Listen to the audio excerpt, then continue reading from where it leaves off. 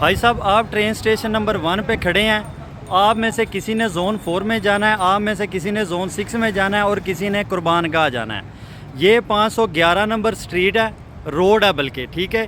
इससे जब चलते हैं आपको वो पहले उल्टे हाथ में एक वाशरूम नज़र आ गया, ये जैन का खंबा, ये मोबाइली का खंबा, ये बोर्ड है नहाए बदाया मुज़दलिफ़ा, वो बोर्ड है मीना स्टार्स हेयर। इस जगह पे आपके पास नक्शा है, नक्शे में आपको एक 30 नंबर रोड नज़र आ रहा है। ये वो 30 नंबर का रास्ता है जो ज़ोन 6 में दाखिल होगा, ठीक है जी। इसके साथ ये 16 नंबर रास्ता आपको नक्शे में नज़र आ रहा है, ये आपको यहाँ से ज़ोन 4 में दाखिल करेगा। ये 500 रोड 11 नंबर रोड आगे जाके वो पुल आपको नज़र आ रहा है, ये पुल है आपको नक्शे में 64 नंबर के नाम से नज़र आ रहा है।